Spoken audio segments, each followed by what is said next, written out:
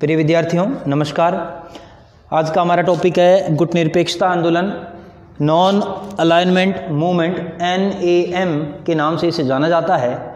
गुट निरपेक्ष आंदोलन कक्षा 12 की पाठ्य पुस्तक का जो पाठ है भारत की विदेश नीति एवं उसकी प्रमुख विशेषताएं, उसमें से हम आज इसको पृथक रूप से पढ़ रहे हैं। गुट निरपेक्षता की क्या प्रासंगिकता है, क्या वर्तमान में गुट निरपेक्ष आंदोलन प्रासंगिक है या नहीं है, इस चीज़ को लेकर हम अध्ययन करने वाले हैं। देखिए प्रिय विद्यार्थियों कि गुट निरपेक्षता शब्द से ही यह अर्थ स्पष्ट है कि गुट से निरपेक्ष रहना, गुट से अलग रहने का आंदोलन गुट निरपेक्ष आंदोलन है। गुट से क्या तात्पर्य है? सन 1945 ईस्वी में जब द्वितीय विश्व युद्ध समाप्त हुआ, उस समय पूरा का पूरा विश्व दो ध्रुवों में बट गया। यहाँ मैं एक शब्द प्रयोग कर रहा हूँ, दो ध्रुव या द्विध्रुवीय व्यवस्था में पूरा विश्व बट गया। ये ध्रुव जो थे वो USA और USSR थे, मतलब संयुक्त राज्य अमेरिका और सोवियत संघ, ये दो ध्रुव बन गए पूरा विश्व। ये ध्रुव बने विचारधाराओं के आधार पर। हालांकि जो द्वितीय विश्व युद्ध हुआ उसमें अमेरिका और सोवियत संघ एक ही गुट में थे। एक ही गुट का मतलब है मित्र राष्ट्र के रूप में यह धुरी राष्ट्रों से युद्ध लड़ रहे थे। लेकिन जैसे ही मित्र राष्ट्रों की जीत हुई विश्व युद्ध में, तुरंत उसके बाद में ये दोनों अपनी अपनी शक्तियों को बढ़ाने के लिए दो ध्रुवों में बट गए, दो अलग अलग भागों में विभाजित हो गए। उसका आधार था विचारधारा, आइडियोलॉजी। अमेरिका लोकतांत्रिक विचारधारा को मानने वाला देश था, तो यह लोकतांत्रिक मूल्यों की रक्षा के लिए एक गुट में परिवर्तित हो गया। और USSR साम्यवादी विचारधारा को मानने वाला देश था, इसलिए साम्यवादी विचारधारा के सभी देश USSR के गुट में सम्मिलित हो गए। इस प्रकार से पूरा विश्व द्विध्रुवीय व्यवस्था में बट गया। ये दो ध्रुव दो गुट के समान थे और इन्हीं दो गुटों के बीच में लगातार जो युद्ध चला उसे कोल्ड वार या शीत युद्ध कहा गया। शीत युद्ध एक ऐसी स्थिति है जहां युद्ध होता नहीं है, लेकिन युद्ध होने की प्रबल संभावना रहती है कि कभी भी युद्ध प्रारंभ हो सकेगा, हो जाएगा। ये स्थिति शीत युद्ध कहलाती है, कोल्ड वार कहलाता है। तो ऐसी स्थिति में नवोदित राष्ट्र जो सन 1947 में हमारा भारत है, नवोदित राष्ट्र के रूप में, आज़ाद देश के रूप में अस्तित्व में आया। तो ऐसी स्थिति में अब भारत के सामने ये चुनौती थी कि वह लोकतांत्रिक मूल्यों वाले USA के गुट में शामिल हो या USSR साम्यवादी गुट में शामिल हो। ये एक चुनौती थी भारत के सामने। तो भारत के प्रथम प्रधानमंत्री श्री जवाहरलाल नेहरू, जो कि प्रथम विदेश मंत्री भी थे, और उन्हीं के सिद्धांतों से हमारी विदेश नीति ने वर्तमान स्वरूप प्राप्त किया है। उन्हीं की नीति, गुट निरपेक्षता की नीति के आधार पर यह सिद्धांत आगे बढ़ा। इस सिद्धांत के निर्माण में भारत के प्रधानमंत्री जवाहरलाल नेहरू के साथ तीन अन्य नाम हमें यहाँ पे दिखाई देंगे, नेहरू, नासिर और टिटो। हम जब ये तीन नाम लेते हैं, नेहरू, नासिर और टिटो, इन तीनों राष्ट्राध्यक्षों जो मैंने नाम लिखे, नेहरू जी भारत से और नासिर मिस्र जो अफ्रीका का देश है और टिटो युगोस्लाविया से, ये तीन देश और तीन राष्ट्राध्यक्ष, इन तीनों की विचारधाराओं ने गुट निरपेक्ष सिद्धांत को जन्म दे दिया। सन 1955 में यह बांडुंग नाम के एक शहर में मिले। बांडुंग सम्मेलन या बांडुंग मीटिंग हुई। बांडुंग कहाँ है? इंडोनेशिया में है। तो इस बांडुंग शहर में ये तीनों राष्ट्राध्यक्ष मिले, इन्होंने बातचीत की। इन्होंने कहा कि हम दोनों ये ध्रुवों में शामिल नहीं होंगे, हम अलग चलते हैं, हम अलग जो है अपनी एक नीति बनाते हैं, और हम जब इन दोनों गुटों में शामिल होंगे तो हमारी बातों को उतना महत्व नहीं दिया जाएगा। इसलिए हम जो नए आज़ाद राष्ट्र हैं, हमारा एक अलग मंच बनाते हैं, एक अलग प्लेटफॉर्म होगा और उस पर हम आपस में अपनी समस्याओं को रखेंगे, क्योंकि हमारी समस्याएं समान हैं। कैसे समान है? हम सब गुलाम रहे हैं, हम सभी का शोषण हुआ है, इस आधार पर हम आज आज़ाद हुए हैं। तो हम जब एक मंच पर आएंगे तो हमारी बातचीत एक ही प्रकार की होगी, हमारी समस्याएं एक ही प्रकार की होंगी और हम हमारी समस्याओं को खुद सुलझा लेंगे। हम दूसरों को क्यों अपना नेता स्वीकार करें, हम क्यों किसी गुट में शामिल हों? हाँ, लेकिन जब हमारी कोई भी समस्या होगी या जब लोकतांत्रिक मूल्यों को कोई चोट पहुंचाएगा, जब कोई गलत करेगा, तो हम उसका विरोध करेंगे। तब हम उसका क्या करेंगे, विरोध करेंगे। तो इसी प्रकार की नीति या इस प्रकार के सिद्धांत को हम गुटनिरपेक्षता का सिद्धांत कहते हैं। पाठ्यपुस्तक क्या कहती है, पाठ्यपुस्तक में क्या लिखा गया है, पंडित जवाहरलाल नेहरू ने क्या कहा, पंडित जवाहरलाल नेहरू ने गुटनिरपेक्ष सिद्धांत के बारे में क्या कहा। इन्होंने कहा कि यदि स्वतंत्रता का हनन और न्याय की हत्या होती और कहीं आक्रमण होता है तो वहाँ हम न तो आज तटस्थ रह सकते हैं और न ही भविष्य में तटस्थ रहेंगे। तटस्थता या गुटनिरपेक्षता का ये अर्थ नहीं है कि गलत को भी हम चुपचाप सहन कर लेंगे। कहीं किसी भी देश में, चाहे वह गुटनिरपेक्ष आंदोलन के साथ खड़ा हो या नहीं हो, अगर किसी भी देश के साथ कुछ भी गलत होता है तो हम उसका विरोध करेंगे, हम वहाँ तटस्थ नहीं रहेंगे। ये जवाहरलाल नेहरू जी के कथन थे।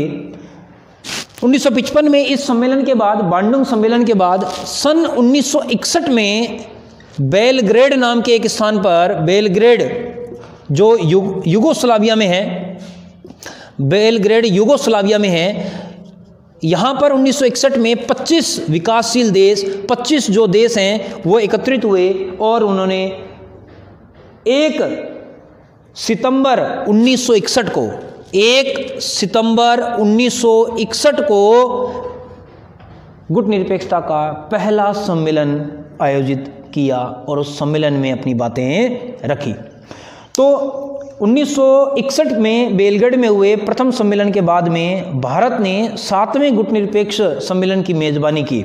7वां गुटनिरपेक्ष सम्मेलन 1983 में जब प्रधानमंत्री इंदिरा गांधी थी, उस समय भारत में नई दिल्ली में 7वां गुटनिरपेक्ष सम्मेलन आयोजित हुआ और उसमें अधिकांश देशों ने भाग लिया और उस समय गुटनिरपेक्षता के सिद्धांत पर हम अडिग थे, बने हुए थे। इसके बाद में अगर हम आज के संदर्भ में बात करें तो गुटनिरपेक्ष आंदोलन का एक मुख्यालय कह लीजिए या समन्वयक ब्यूरो कह लीजिए, क्या कह सकते हैं हम इसको, समन्वयक ब्यूरो। ये ब्यूरो कहाँ है, तो हमने ये रखा है न्यूयॉर्क में। कहाँ रखा है, न्यूयॉर्क यूएसए में।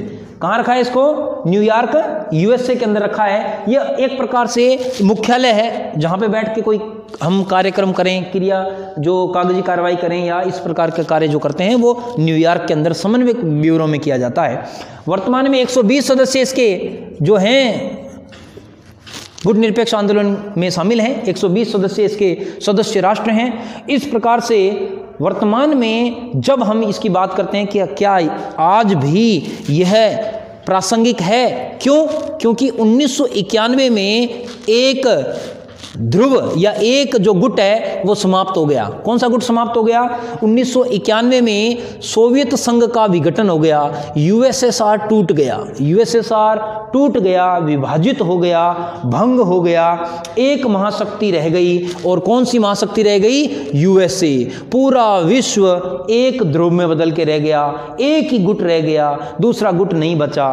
तो अब गुटनिरपेक्ष आंदोलन का क्या होगा, अब जब कोई गुट ही नहीं है तो गुट से निरपेक्ष रह के क्या करें। तो इस आंदोलन पर प्रश्न चिन्ह उठने लगे कि अब तो गुटनिरपेक्ष आंदोलन समाप्त हो जाएगा, गुटनिरपेक्षता का अब कोई अर्थ नहीं बचा। क्यों नहीं बचा, क्योंकि गुट नहीं बचा।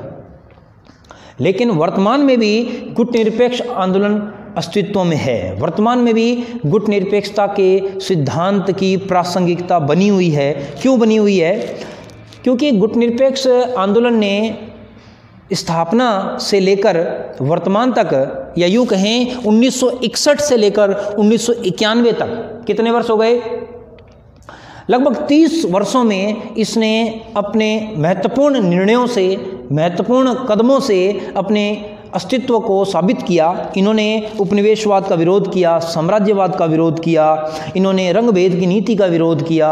जो भारत की विदेश नीति की विशेषताएं हैं, लगभग वही विशेषताएं गुटनिरपेक्ष आंदोलन की हमें दिखाई देती हैं। इसके अतिरिक्त इसने नए राष्ट्रों के मध्य एकता और सहयोग बढ़ाने व विश्व मंच पर उनके दृष्टिकोण को प्रस्तुत करने, गुटों से दूर रहने और संघर्ष को कम करने के प्रयासों में अद्भुत कार्य किया। 1991 में जैसा कि मैंने बताया आपको कि शीत युद्ध समाप्त हुआ है सोवियत संघ का विघटन हुआ है, गुटनिरपेक्ष आंदोलन पर प्रश्न चिन्ह लगे हैं, लेकिन वस्तुतः या आज के संदर्भ में इसकी सच्चाई क्या है? विभिन्न अंतर्राष्ट्रीय समस्याएं आज भी विद्यमान हैं। आज भी विकासशील देशों का शोषण हो रहा है, आज भी कमजोर राष्ट्र या जो बाद में आज़ाद हुए उन राष्ट्रों का शोषण हो रहा है। तो इसलिए वर्तमान चुनौतियों, चाहे ऐसी कौन सी चुनौतियां हैं जो वर्तमान में भी हैं? मानवाधिकार, मानवों के अधिकारों को लेकर जो चुनौतियां हैं, जो विश्व व्यापार में मजबूत राष्ट्र कमजोर राष्ट्र के साथ भेदभाव कर रहा है, मजबूत राष्ट्र छोटे राष्ट्रों का शोषण कर रहा है, ऐसी व्यापार नीतियों का विरोध करने के लिए गुटनिरपेक्ष जो आंदोलन है वो अपने आप को एक प्लेटफॉर्म के रूप में साबित करता है। जलवायु परिवर्तन, जलवायु परिवर्तन, विकसित राष्ट्रों ने जलवायु को सर्वाधिक नुकसान पहुंचाया और आज वही विकसित राष्ट्र है, विकासशील राष्ट्रों को, भारत जैसे देशों को पर्यावरण प्रदूषण नहीं करने के लिए, विकास नहीं करने के लिए रोकने का प्रयास करता है, जबकि स्वयं अपने स्तर पर वह पर्यावरण को बहुत ज़्यादा नुकसान पहुंचाता है। तो ऐसी स्थिति में इस भेदभाव को रोकने के लिए एक मंच के रूप में गुटनिरपेक्ष जो आंदोलन है वो एक अहम भूमिका निभा रहा है। पाठ्यपुस्तक के हिसाब से पढ़ें तो गुटनिरपेक्ष आंदोलन इसी मंच के रूप में कार्य करता है। यद्यपि सोवियत संघ के विघटन के बाद शीत युद्ध समाप्त हो गया तथा द्विध्रुवीय व्यवस्था भी समाप्त हो गई, दो ध्रुव समाप्त हो गए, लेकिन गरीब और कमजोर राष्ट्रों की सुरक्षा और संप्रभुता अभी भी चुनौती है। ये लाइन बहुत ही महत्वपूर्ण है। गरीब और विकासशील राष्ट्रों के बीच में आज भी चुनौती है कि बड़े राष्ट्र उनका शोषण करेंगे, ऐसी व्यापार नीतियां बनाएंगे, इस प्रकार से व्यापार के अंदर संतुलन पैदा करने का प्रयास करेंगे जिससे अधिक से अधिक लाभ किसे हो? विकसित देशों को हो। तो भारत और भारत जैसे 120 देश जो इस गुट में सम्मिलित हैं, उन लोगों ने अपने आप को मजबूत बनाने के लिए गुटनिरपेक्षता के सिद्धांत को बनाए रखा है। गुटनिरपेक्ष आंदोलन ने अफ्रीका, एशिया, लैटिन अमेरिका के विकासशील देशों के मध्य सहयोग और एकता के मंच के रूप में कार्य किया है। 3 अलग अलग महाद्वीप के पिछड़े हुए राष्ट्र, एशिया हो, अफ्रीका हो, चाहे लैटिन अमेरिका हो, छोटे पिछड़े हुए देशों का एक मंच है गुटनिरपेक्ष। इसके बाद में आज भी इन देशों के मध्य आर्थिक, सामाजिक और राजनीतिक सहयोग की आवश्यकता है। आज भी ये देश मिलकर राजनीतिक रूप से, आर्थिक रूप से, सामाजिक रूप से उन्नति के प्रयास कर रहे हैं, आगे बढ़ने के प्रयास कर रहे हैं। आज भी ये बदस्तूर जारी है, आज भी सम्मेलन होते हैं, आज भी इनके कार्यकलाप होते हैं। तो इसमें चाहे वह स्वास्थ्य समस्याएं हो, चाहे वह पर्यावरण प्रदूषण हो, चाहे वो सुरक्षा के खतरे हों, चाहे वो लोकतांत्रिक मूल्य हों, इन सभी चीज़ों को और विश्व की चुनौतियां जो हैं उन सब से निपटने का प्रयास यह आंदोलन आज भी कर रहा है। विश्व की विभिन्न संस्थाओं में, चाहे वह है संयुक्त राष्ट्र संघ हो, चाहे वह इसी प्रकार की बड़ी बड़ी संस्थाएं, वहाँ पर विकासशील देशों को, मैं बार बार एक शब्द बोल रहा हूँ, विकासशील देश। विकासशील देश का क्या मतलब है? भारत जैसे देश को विकासशील देश कहा जाता है क्योंकि आज भारत के पास कच्चा माल है, संसाधन हैं, भारत के पास श्रमिक हैं, काम करने के लिए व्यक्ति हैं। ऐसी स्थिति में भारत अधिक से अधिक प्रोग्रेस कर सकता है, लेकिन आज भारत के पास तकनीक नहीं है, टेक्नोलॉजी नहीं है, और ऐसी ही समस्याएं इन 120 देशों के साथ है।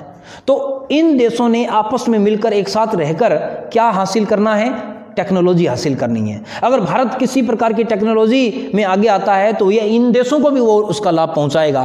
तो वह इस प्रकार से विकसित अमेरिका जैसे देशों के शोषण से बच जाएंगे। इसलिए भारत चाहता है कि यह गुट बना रहे, यह सिद्धांत बना रहे, जिससे कमजोर राष्ट्र आर्थिक रूप से मजबूत होते चले जाएंगे। और भारत की क्या नीति है इसके बारे में? भारत की विदेश नीति में गुटनिरपेक्षता को अपनाए जाने के क्या कारण हैं? पाठ्यपुस्तक में 6 कारण लिखे हुए हैं। पहला कारण, भारत किसी एक गुट से जुड़कर विश्व में तनाव की स्थिति उत्पन्न करने का पक्षधर कभी भी नहीं रहा।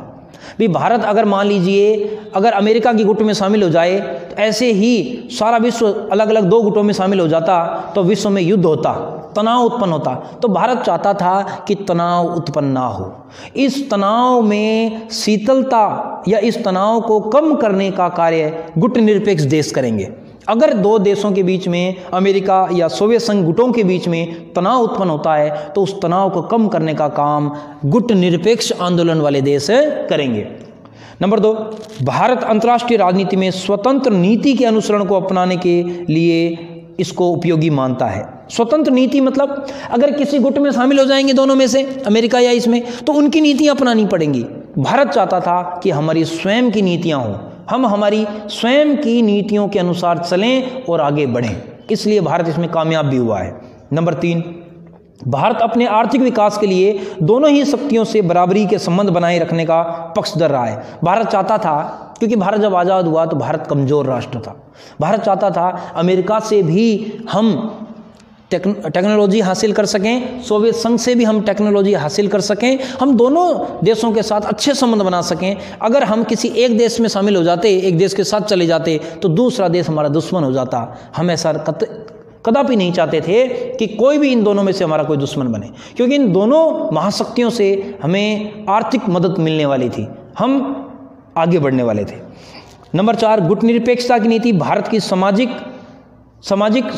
सामरिक शब्द का मतलब है सैनिक जो साजो सामान है, हथियार है, गोला बारूद है, टैंक हैं, मिसाइलें हैं, इसको सामरिक शक्ति कहते हैं। तो अमेरिका और सोवियत संघ दोनों ही सामरिक शक्ति में बहुत आगे थे, तो भारत चाहता था इन दोनों से हमें लाभ हो, और हुआ भी।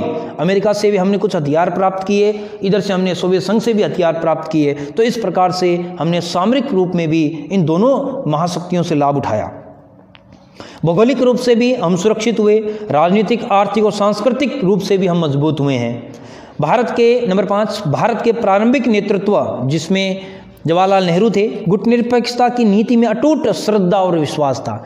चाहे वह जवाहरलाल नेहरू हों, चाहे वह लाल बहादुर शास्त्री हों, चाहे वह श्रीमती इंदिरा गांधी हों, इन तीनों ही प्रधानमंत्रियों के काल में हम गुटनिरपेक्षता के साथ अड़िग रहे, दृढ़ता से जुड़े रहे। हाँ, हालांकि बाद में धीरे धीरे जब हम आगे बात करते हैं तो गुटनिरपेक्षता की नीति में शिथिलता हमें दिखाई देती है।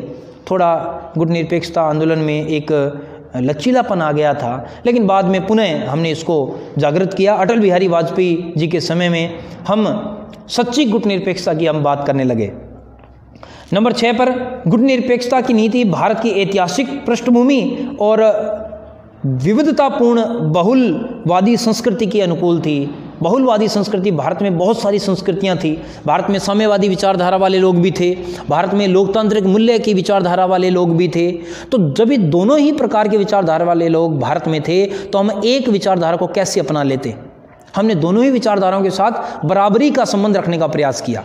इस प्रकार से भारत ने एक अद्भुत विदेश नीति का निर्माण किया। गुटनिरपेक्षता के सिद्धांत के रूप में हम दोनों ही महाशक्तियों से सर्वाधिक लाभ प्राप्त करने में, अच्छे संबंध बनाने में कामयाब रहे। आज भी भारत के इन दोनों महाशक्तियों से, हालांकि सोवियत संघ वर्तमान में रूस कहलाता है, सोवियत संघ वर्तमान में क्या कहलाता है? रूस।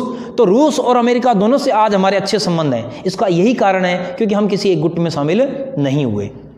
पाकिस्तान अमेरिका वाले गुट में शामिल हो गया था, तो आज पाकिस्तान के और रूस के अच्छे संबंध नहीं हैं, और पाकिस्तान एक कमज़ोर राष्ट्र है। तो भारत की शानदार विदेश नीति के फलस्वरूप एक सक्षम राष्ट्र के रूप में आज हम हैं। यह है गुटनिरपेक्षता का सिद्धांत। धन्यवाद प्रिय विद्यार्थियों, आप लोग पढ़ रहे हैं और लगातार पढ़ते रहेंगे, और अगली वीडियो के साथ कल फिर मिलेंगे। धन्यवाद। समझ में आया क्या?